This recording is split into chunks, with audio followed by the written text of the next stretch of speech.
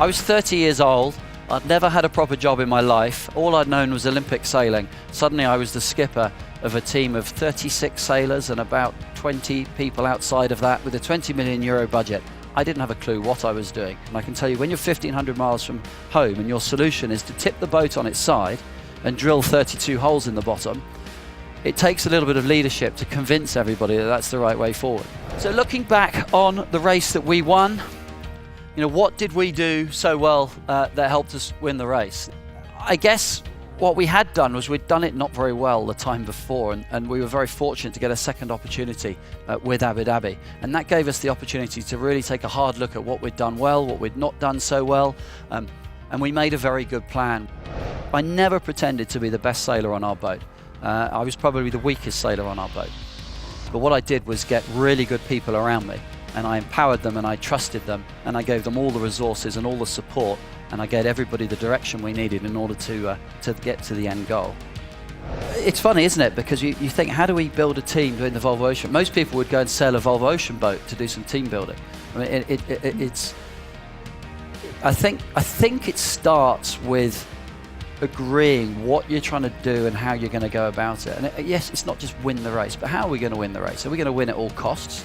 Are we going to play by the rules? Are we going to be compassionate to our opposition? Are we going to try and, is it about delivering value for the sponsors? Is it about how are we going to cooperate with the organisers? And I guess that's a bit like Volvo, isn't it? Yes, you're trying to make money, deliver value to the shareholders. Yes, you're trying to sell trucks or cars or whatever the products are, but you're also trying to do it in the right way. You're trying to do it in an environmentally sustainable way. You're trying to do it in a way that leaves the planet in a better space in the future.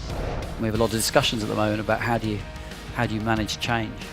That's probably the most important thing, is to decide what you want to change, make sure you've got good reasons, make sure everybody buys into it, and then continually check and challenge it and assess it as you move forward. At that particular time, I involved the whole team in that decision because it was such an important decision. We decided to add up how many children we had between us, and that we weighed up that actually it was only a sailing race, and it was more important that we stayed safe and sound, and we sailed to Chile and put the boat on a ship and shipped the boat to Brazil, which not only meant we all stayed alive, but it also meant that for the sponsors we stayed in the race. The body language or any language that the leader uses is picked up on by everybody in the team. And getting a bad position report, throwing your head in the hands, running up on deck and saying we're doomed, we're going to come last, is not Shackleton-esque. You might be thinking it, but actually what you've got to portray is, it might look bad, but I've got a cunning plan and I know how we're going to get out of this. He said to me, what you've got to realise now is once you're the leader, you're not one of the boys anymore. I think he was trying to tell me not to go to the pub, actually, is what he was trying to say. But there was a sort of message in that. And actually, leading can be quite lonely. And you feel a real pressure to not show weakness. But you're a human like everybody else. If things don't go well, you're just as disappointed, probably more so. You feel like you've got the weight of the world on your shoulders. And that's quite hard to deal with. And I think everybody needs somebody to talk to.